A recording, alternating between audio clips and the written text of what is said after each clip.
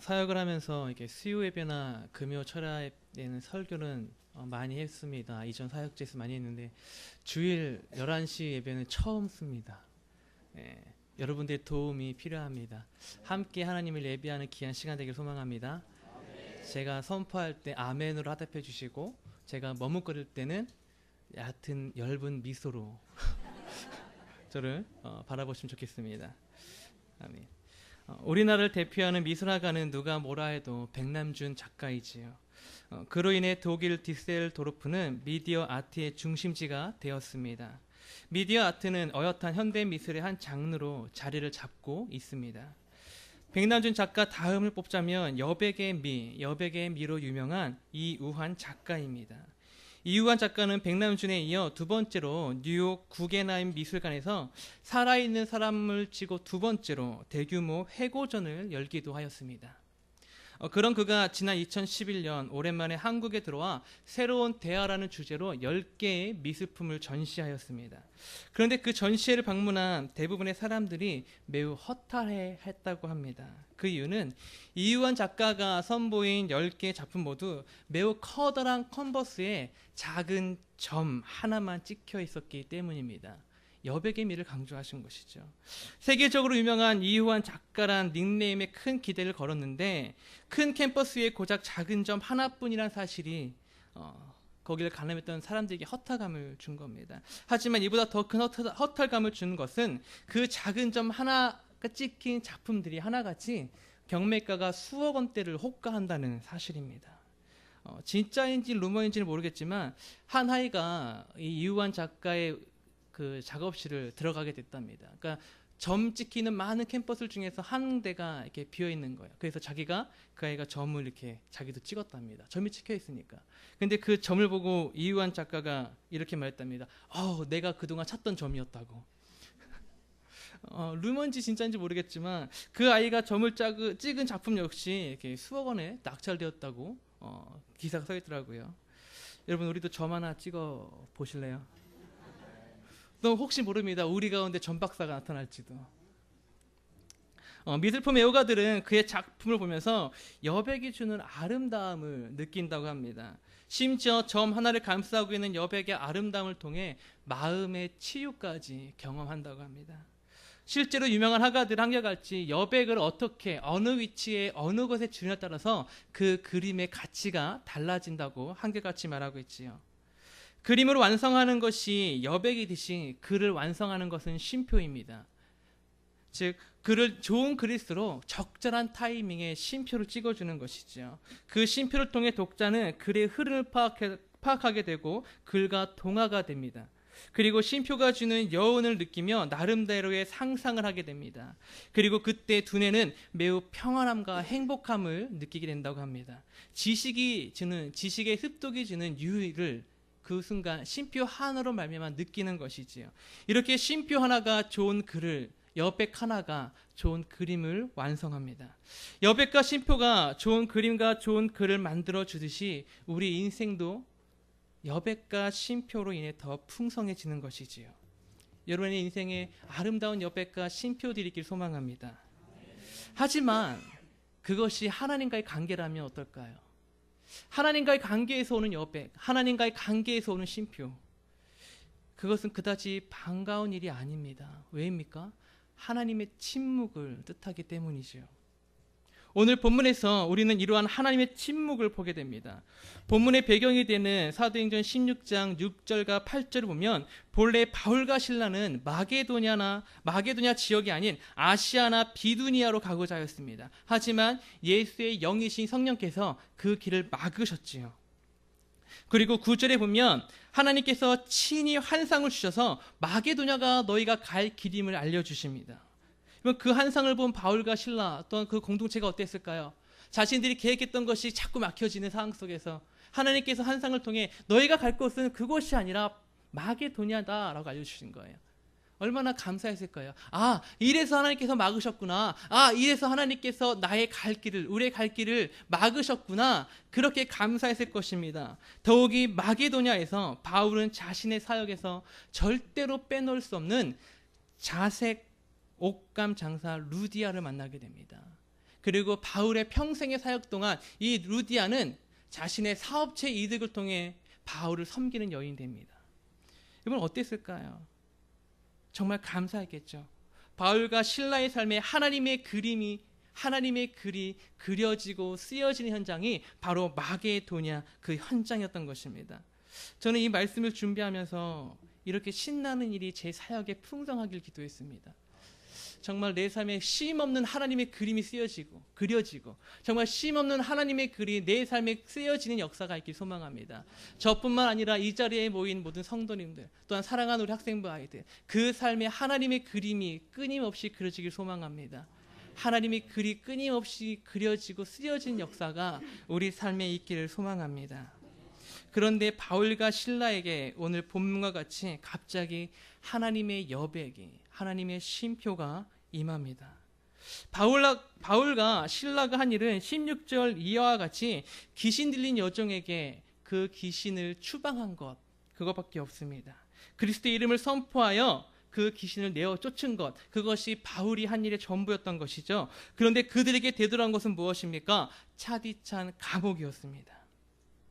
이 사건을 통해 우리는 이 세상 사람들은 영혼에 관심이 없다는 사실을 깨닫게 되는 것이지요. 한 여인의 인생을 무너뜨린 귀신을 내쫓아 주었습니다. 그 여종의 주인들은 그것을 보지 않았지요. 한 여인에게 임한 구원의 은혜가 아니라 그 여인이 주었던 물질의 끊김을 보았습니다. 여러분의 감신사는 어디에 있습니까? 여러분의 사업체와 직장을 통해 무엇을 얻고 잡고자 하십니까? 물질이 아니길 소망합니다. 하나님이 찾으시는 한 영혼, 하나님이 찾으시는 한 사람이 바로 여러분들로 인하여 태어나길 소망합니다.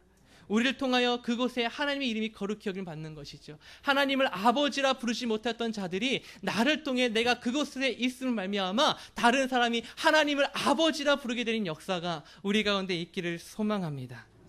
그렇게 여러분이 그 자리에 있으므로 그곳이 하나님의 관심사가 되는 것이죠. 여러분이 있으므로 그 자리가 하나님의 기쁨이 되는 것입니다. 그 은혜가 우리 가운데 있기를 소망합니다. 다시 오늘 본문을 보면 바울과 실라는 단순한 감옥에 갇힌 게 아니었다고 말하고 있습니다. 우선 옷이 찢겨야 했습니다. 그리고 매를 많이 맞아야 했습니다. 이 매는 단순한 매가 아니에요. 이 매는 단단한 나무를 잘라서 만든 매인데 그 매 표면을 아주 거칠게 일으킵니다. 왜 그럴까요? 더 극심한 고통을 주기 위해서죠. 거칠은 막대기로 맞으면 그 살이 일어나게 되어 있습니다. 피멍이 되게 되어 있죠. 그렇기 때문에 바울과 실라의 옷을 벗긴 겁니다. 그리고 때린 것이지요. 이렇게 맞은 것도 모자라서 24절에 보니까 깊은 감옥에 갇혀야 했다고 말하고 있습니다. 로마에는 죄수들을 가두는 감옥이 총 3가지 부류가 있습니다. 첫 번째는 우리가 TV에서 보는 조선시대 TV에서 보는 그냥 지상에 있는 감옥이에요. 어디를 봐도 환하게 밝은 빛이 들어오는 감옥이죠. 두 번째 감옥은 지상 반지하입니다. 그렇기 때문에 어떻게든 빛을 볼 수 있고 빛이 없다 할지라도 그 사람들이 교관이 나가는 그 자리를 통하여서 그 문을 통하여서 바깥의 빛을 조금이라도 볼 수 있는 곳입니다. 여러분 감옥에서의 빛은 그 사람의 희망이지요. 그런데 오늘 본문은 뭐랍니까? 그냥 옥이 아니라 깊은 옥이라고 합니다. 이 깊은 옥은 땅을 파서 만든 지하 감옥을 뜻합니다. 이 감옥은 그 어떤 불빛도 허용되지 않는 곳이에요. 바닥은 아래에서 올라오는 습기로 젖어 있었고 죄수들의 오물이 그대로 방치되어 심한 악취가 나는 곳이었습니다. 그 오물들 주변으로 알 수 없는 수많은 벌레들이 기어다녔지요. 그 벌레들을 피해 다녔어야 했지요. 영화 배너에서 보면 우리 주인공의 어머니와 누이가 감옥에 갇히게 되죠. 그 캄캄한 지하 감옥, 그 감옥입니다. 근데 그 감옥에서 그 어머니와 누이가 무엇에 걸리고 맙니까? 나병에 걸리고 말지요. 그만큼 위생 관리가 안 돼 있던 곳이 그 상황이었습니다. 이러한 깊은 옥에 갇힌 것도 너무나 큰 절망이었을 텐데 24절 하반부에 보니까 그 발에 무엇을 채웠다고 합니다. 무엇을 채웠다고 합니까? 착고를 든든히 채웠다고 합니다. 이 착고는 성인 남성 어깨의 2배 정도 되는 2배 더 큰 넓은 두꺼운 널판지입니다. 이 널판지 양쪽 끝에 구멍을 하나씩 뚫어요. 그곳에 발을 채우는 겁니다. 여러분 성인 남성 어깨에 2배가 넘는 널판지에 발을 채우려면 어떻게 해야 됩니까? 발을 찢어야 되지요. 먼저 한쪽 발을 끼웁니다. 그리고 나머지 한쪽 발을 잡아 당깁니다. 거기 달 때까지.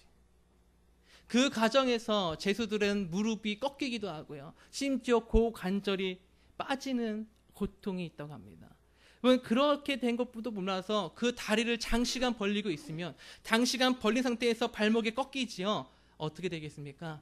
그것으로 인해서 점차 하반신 마비 증세가 오고 있습니다. 그렇게 심한 고통을 경험하고 있는 것입니다. 그 고통이 밤새 그들을 괴롭히겠지요. 그런데 그 시간 하나님은 아무것도 하시지 않았어요. 그들을 방치하셨습니다. 바울과 실라를 찢고자 하는 자들에게 그냥 내어버려 두신 것이죠. 하나님이 너무나 멀게만 느껴지는 상황입니다. 하나님과 자신과의 관계의 끝을 알 수 없는 여백의 시간이죠. 하나님께서 그들의 인생에 찍은 쉼표의 시간이 그들에게 임하고 있는 것입니다. 그런데 그 고통의 순간에 바울과 실라가 한 일이 있다고 합니다. 우리 25절 같이 보겠습니다. 25절입니다.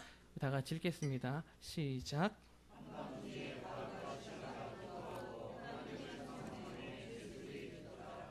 아멘. 한밤중에, 원문을 보면 자정이 다 되었을 즈음에라는 뜻입니다.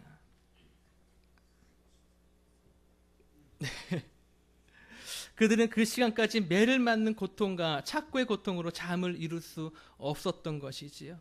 그런데 그 시간에 그들이 무엇을 했다고 합니까? 하나님께 기도하였다. 하나님을 찬송하였다고 합니다. 그 소리가 어찌나 큰지 그곳에 있는 모든 제소들이 그 찬송 소리를 들었다고 합니다. 어떻게 이것이 가능합니까? 바울이니까? 신라이니까? 그렇게 생각하는 건 스스로를 나는 바울과 신라만큼의 은혜가 없는 사람이라고 고백하는 겁니다. 나는 그들과 다른 사람이야 라고 고백하는 것이죠. 여러분, 야고보서 5장 17절에서 말하지요. 엘리야는 우리와 같은 성정이 같다고. 여러분, 엘리야의 하나님이 우리의 하나님이듯이 바울과 실라를 돌보신 하나님이 우리의 하나님인 줄 믿습니다. 바울과 실라를 세우신 하나님이 바로 우리의 하나님을 믿는다면 우리 또한 기도하고 찬양할 수 있다는 것이지요. 하지만 분명 중요한 것은 그 상황 속에서, 그 힘든 상황 속에서 그들은 찬양과 기도를 해야 했습니다. 과연 그렇다면 어떻게 그들은 기도하고 찬양할 수 있었을까요? 첫 번째, 마음을 만지시는 하나님의 은혜 때문입니다. 바울은 로마서 3장 9절 이하에서 의인은 없나니 하나도 없다고 합니다. 사람의 힘으로 하나님을 깨닫지도 못하고 하나님을 부를 수도 없고 하나님을 찾을 수도 없다고 합니다. 사람에게서 나오는 것은 오직 저주와 악독뿐이고 미움과 시기와 질투뿐이라고 합니다. 그런데 오늘 본문에서 바울과 실라는 감옥이라는 상황에서 가장 선한 것을 내고 있지요. 하나님의 이름을 부르며 기도합니다. 가장 선하신 분께 찬양합니다. 어떻게 이럴 수 있습니까? 많은 사람들이 이 장면을 보면서 얘기합니다. 바울과 실라가 그랬던 것처럼 우리도 찬양하자고, 우리도 기도하자고, 어려운 상황 속에서 기도하고 찬양하면 하나님께서 역사하실 것이라고. 맞는 말입니다. 하지만 저는 이 말씀을 묵상하면서 바울과 실라로 하여금 기도할 수밖에 없도록 만드신 하나님의 만지심을 봅니다. 바울과 실라로 하여금 기도하고 하나님께 찬송할 수밖에 없도록 그의 마음을 만지시고 이루하시고 세우시는 하나님의 만지심을 봅니다. 창세기 39장에 보면 요셉이 감옥에 갇히게 되지요. 형제들에게 팔렸습니다. 그래도 하나님께서 도와주셔서 보디발의 집에 들어가게 되었고, 또한 그곳에서 하나님이 형통케 하셨고, 또한 보디발의 눈으로 요셉과 함께 하시는 하나님 보게 하실 말미암아 가정 총무가 되었습니다. 그 은혜가 너무나 커서 밤마다 집 주인이 집을 비울 때마다 자신을 꼬시는, 유혹하는 그 주인 여자죠. 그 주인 여자의 그 유혹의 손길을 거부합니다. 하나님 때문에. 그런데 그에게 돌아온 것은 무엇입니까? 역시 차디찬 감옥이었습니다. 물론 하나님의 은혜로 왕의 제수들이 갇히는 감옥이었지만, 하지만 그럴지라도 그의 마음이 어땠을까요? 그 감옥에서 많은 눈물을 흘리지 않았을까요? 자신의 인생을 돌아보며 한숨 쉬지 않았을까요? 더욱이 여러분, 노예로서 주인의 아내를 겁탈하려 했다는 제목으로 들어간 감옥입니다. 그 누가 요셉의 편이 되어줄 수 있습니까? 그 누가 요셉의 죄를 누명이라고 말해줄 수 있는 사람이 누가 있겠습니까? 그런 요셉에게 하나님이 찾아가셨다고 성경은 말하고 있습니다. 우리 창세기 39장 21절을 보도록 하겠습니다. 구약성경 62쪽입니다. 창세기 39장 21절 말씀입니다. 구약성경 62쪽입니다. 우리 다 찾았으면 아멘 하시겠습니다. 아멘. 우리 창세기 39장 21절 우리 한 목소리로 다 같이 읽겠습니다. 여호와께서 요셉과 함께 하시고 그에게 인자를 더하사 간수장에게 은혜를 받게 하시네. 아멘. 여러분, 차디찬 감옥에 절망에 빠져있던 요셉과 여호와께서 함께 하셨다고 합니다. 그런데 단순히 함께 하셨다고 하지 않으세요. 무엇을 더하셨다고 하십니까? 인자를 더하셨다고 합니다.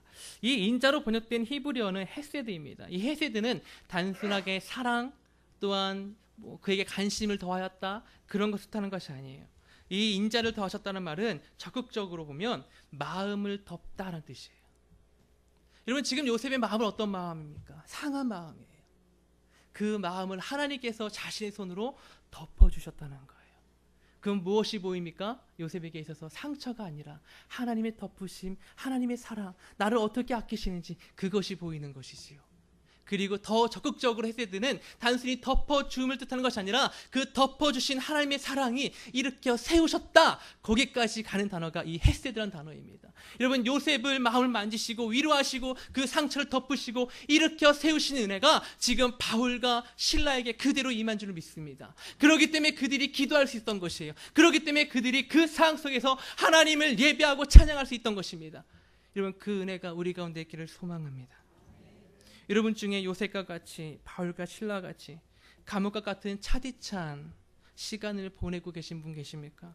하나님께서 여러분의 마음을 만져주시길 소망합니다. 하나님께서 여러분의 마음을 만지시고 덮어주시는 거예요.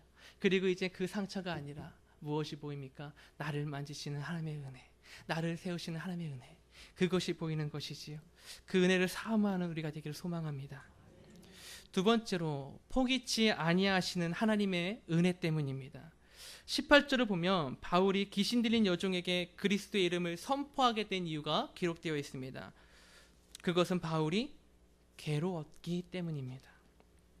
이 괴로워하다로 번역된 헬라어 디아포네데이스는 남성 단수 주격, 수동태 부정 과거 분사형으로 지극히 개인이 느끼는 불쾌감을 뜻하는 거예요.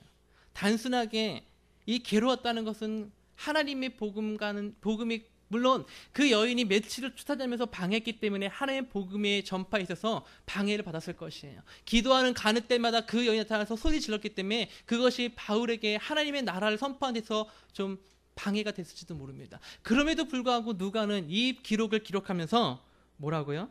남성 단수 주격 수동태 부정 과거 분사형의 단어를 사용합니다.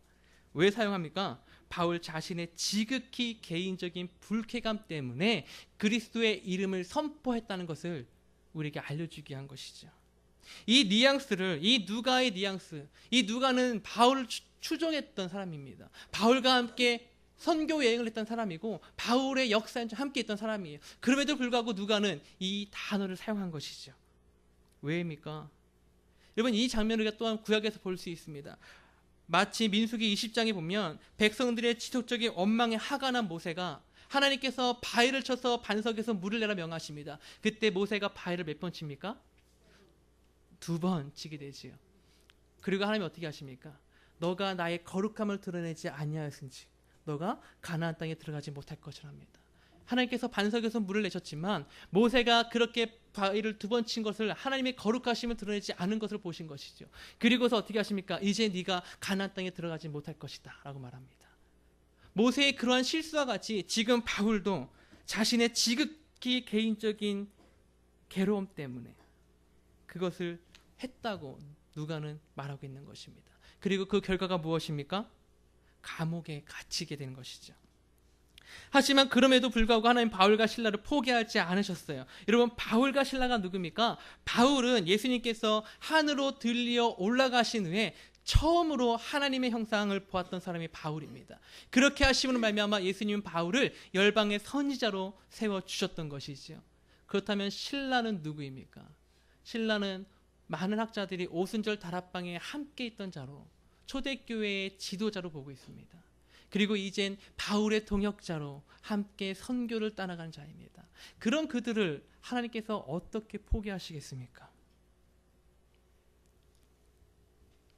여러분, 요한복음 21장에 보면 부활의 주님을 만났음에도 어찌 만났음에도 불구하고 어찌된 영문인지 베드로를 비슷한 6명의 제자들이 디베랴 호숫가에서 물고기를 잡고 있습니다. 여러분, 부활의 주님을 만난 사람들이에요. 그 손에 목자국을 보았습니다. 발에 있는 목자국을 보았고 그 옆구리가 창으로 찍혔던 것도 직접 그들은 보았습니다. 부인할 수 없는 부활의 주님 만난 사람들이에요. 근데 지금 어떻게 하고 있습니까? 자신들의 지상 명령을 포기한 채 실패한 모습으로 다시금 디베랴 바닷가에서 물고기를 잡고 있는 것이지요. 그런 그들에게 주님이 찾아가십니다. 그리고 요한복음 21장 15절에서 시몬 베드로에게 이렇게 말씀하십니다. 다 같이 보겠습니다. 요한복음 21장 15절 말씀입니다. 신약성경 184쪽입니다. 자신에게 주신 비전을 포기한 채 다른 제자 6명을 이끌고 간 베드로에게 주님께서 하신 말씀이시죠.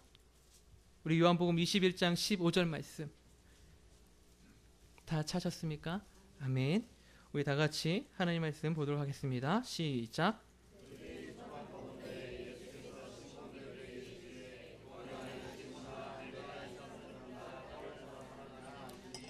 이르되 주님 그러하니이다. 내가 주님을 사랑하는 줄 주님께서 아시나이다. 이르시되 내 양을 먹이라 하시고. 아멘. 여러분, 이 장면은 주님께서 베드로를 다시금 회복시켜 주시는 장면입니다. 회복시키시고 새로운 비전을 심어주시는 장면이죠. 그런데 이 장면에서 예수님께서 베드로를 뭐라 부르십니까? 요한의 아들 시몬, 바요나 시몬아 라고 부르십니다. 여러분, 베드로가 아니었다는 것이죠. 여러분, 베드로란 이름을 누가 주셨습니까? 예수님께서 누가복음 5장에서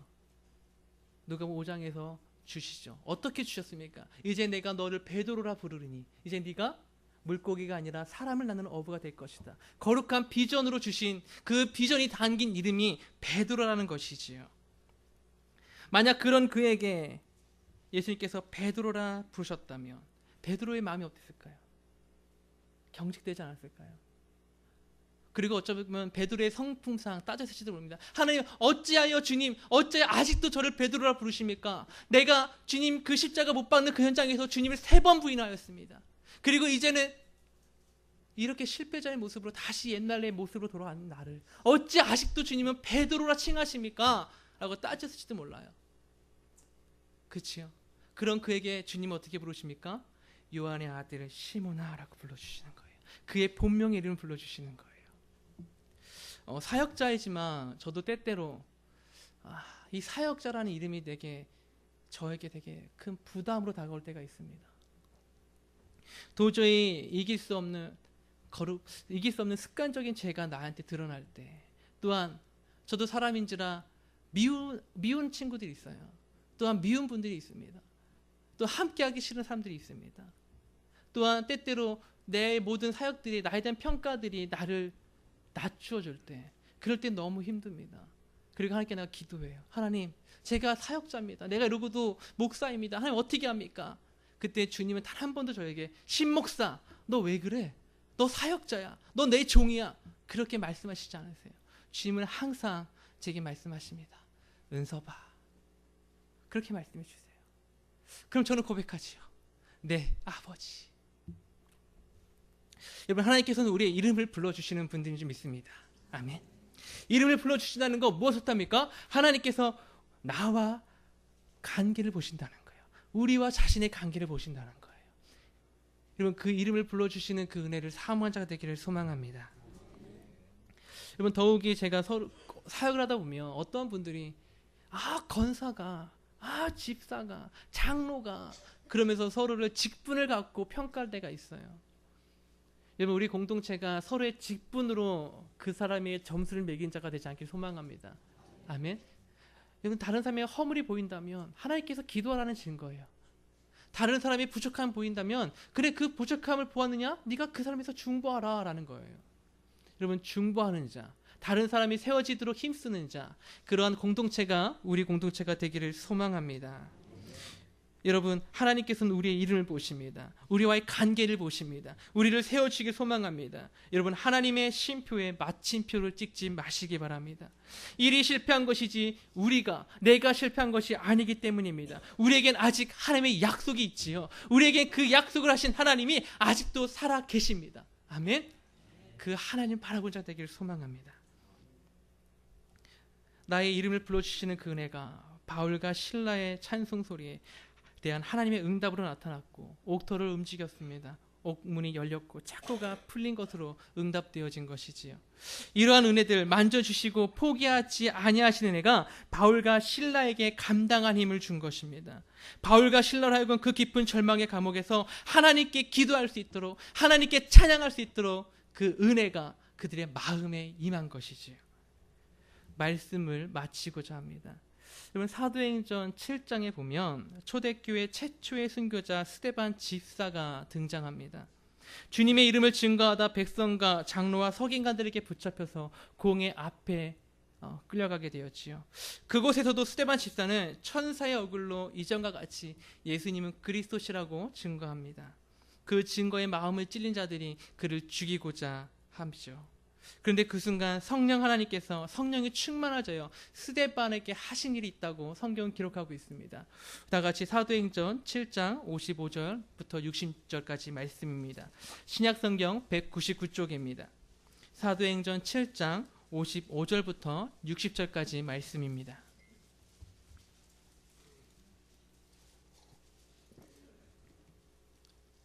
다 같이 사도행전 7장 55절부터 60절까지 말씀, 우리 하나님 말씀 다 같이 받들어 읽도록 하겠습니다. 시작.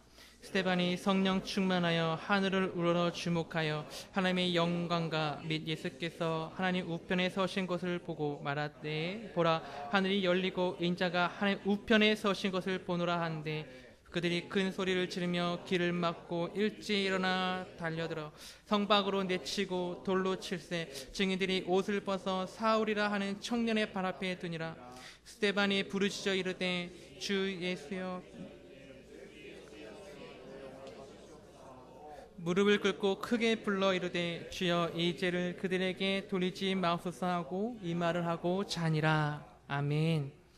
여러분, 사람들이 점점 험악해지는 표정을 자신을 봅니다. 그리고 여기저기 소리가 들리는 거예요. 저 사람은 죽어야 된다고, 죽이자고, 돌로 쳐 죽여야 된다고 비방의 소리가 터져 나옵니다. 저 사람을 죽이라고 외칩니다.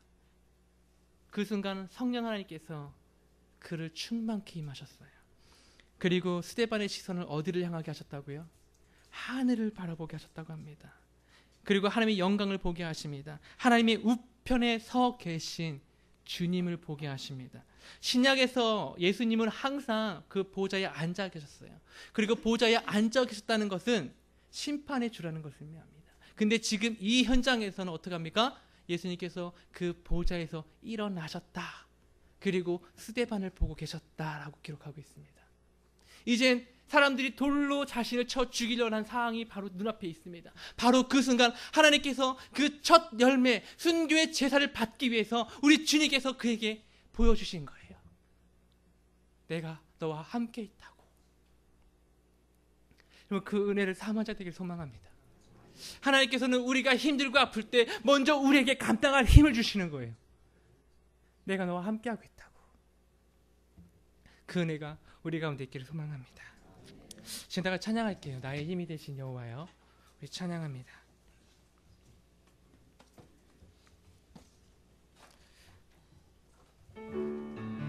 우리 찬양합니다. 나의 힘이 되신 여호와여. 주님은 우리의 힘 되신 줄 믿습니다.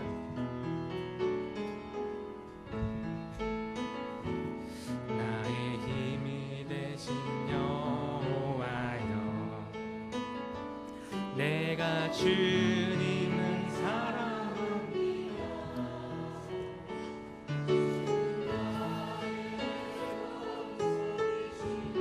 아멘.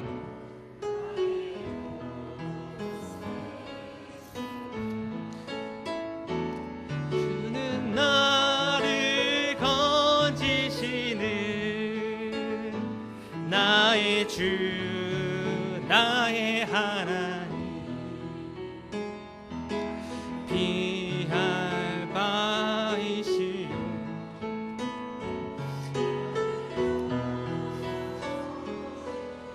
나의 하나님, 나의 하나님,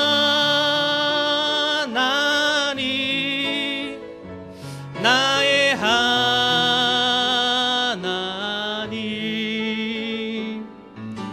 구원의 뿌리시요 나의 산성이라, 나의 산성. 다시 한번 고백합니다. 나의 하나님, 나의 하나님,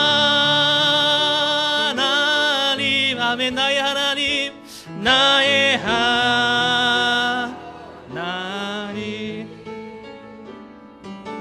주는 나의 여호와, 나의 구세. 다시 한번 고백합니다. 나의 생명이신, 나의 생명이시여. 아멘. 내가 주님을 찬양합니다. 내가 주님을 찬양합니다. 나의 사랑이시여.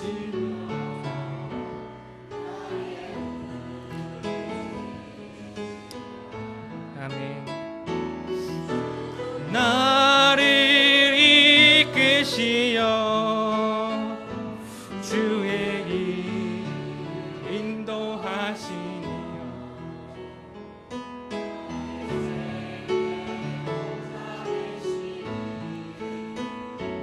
내가 따르리라.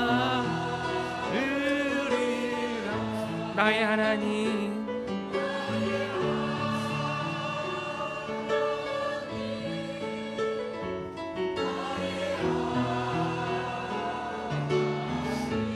생명의 면류관으로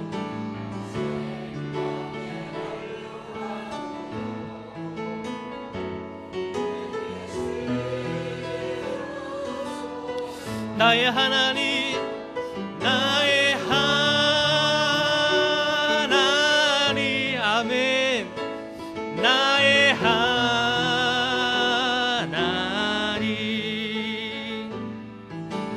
그는 나의 여호와, 나의 구. 다시 한번 고백합니다. 나의 하나님, 나의 하나님, 나의 하나님, 아멘. 나의 하나님,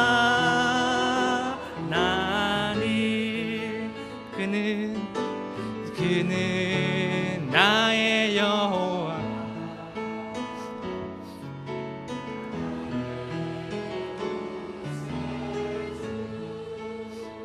계속 반주 부탁드립니다. 시편 37편 24절에 보면 다윗이 고백합니다. 여호와께서 사람의 길을 정하시고 그 길을 기뻐하시나니 저는 넘어지나 아주 엎드러지지 아니함은 여호와께서 손으로 붙들어 주심이라. 다윗이 선포합니다. 의인은 아주 넘어질지라도 너 안전히 자빠지지 아니한다고. 왜입니까? 여호와께서 자신의 손으로 붙들어 주시기 때문입니다. 하나님은 우리를 포기하지 아니하십니다. 하나님의 여백에, 하나님께서 허락하신 여백의 그 순간에 하나님께서 찍으신 그 쉼표에 마침표를 찍지 마십시오. 그곳에 찬양의 음표와 하나님을 향한 신앙의 고백의 느낌표가 세워지길 소망합니다. 다 같이 기도하시겠습니다.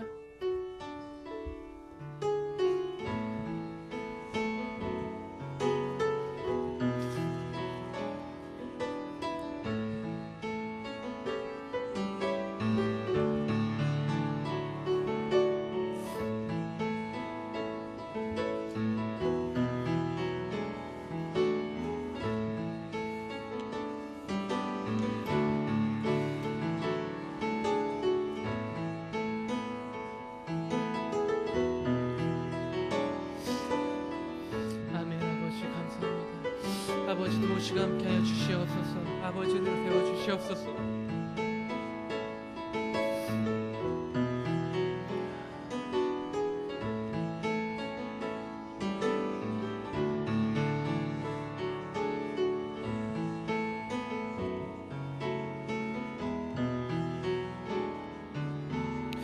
다시 한번 기도합니다. 잘 기도하실 때 여러분, 바울과 실라를 도우신 그 하나님이 우리 하나님인 줄 믿습니다.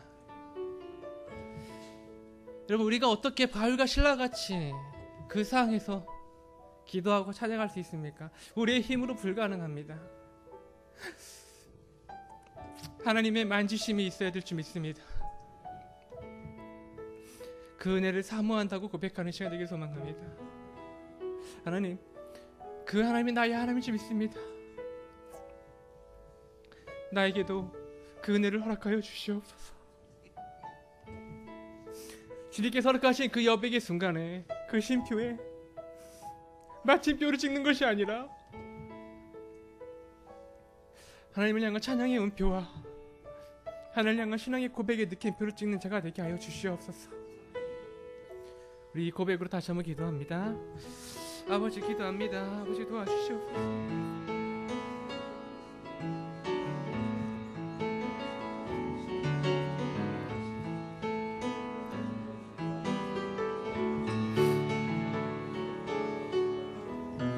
하나님, 은혜를 주시옵소서. 아버지, 은혜를 사모합니다. 하나님, 바울과 신라와 같이 하나님, 나의 마음을 만지시는 하나님을 말미암아 아버지, 주께서 허락하신 그 여백의 순간에, 하나님이 너무나 멀게 느껴지는 그 시간에, 아버지, 하나님이 허락하신 그 내 인생의 쉼표에 아버지 마침표를 찍는 자가 되지 않길 소망합니다. 하나님을 향한 찬양의 음표와 하나님을 향한 신앙의 고백의 느낌표가 세워지게 하여 주시옵소서. 하나님, 나의 힘을 할 수 없습니다. 아버지, 너무나 악한 나의 힘을 할 수 없습니다. 성령께서 그 아름다운 열매를 맺을 수 있도록 나의 마음을 만지시고 이루하여 주시옵소서. 하나님, 내가 주님을 찬양합니다. 주님은 나의 힘이십니다. 나의 여호와이십니다. 하나님, 내가 주님을 찬양합니다. 내가 주님을 사랑합니다. 하나님, 도와주시옵소서. 아버지, 인도하여 주시옵소서.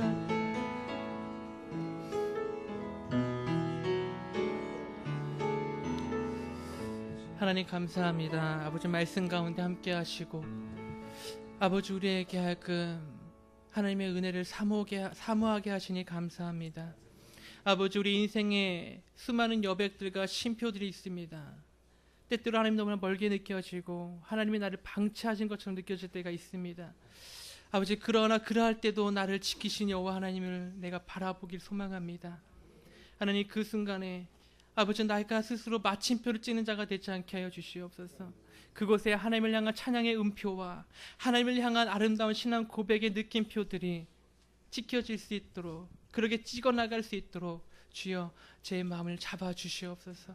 우리의 마음을 붙들어 주시옵소서. 이 모든 말씀 지금도 살아계시고 역사하시는 거룩하신 예수 그리스도 이름으로 기도합니다. 아멘. 우리 찬송하겠습니다. 우리 찬송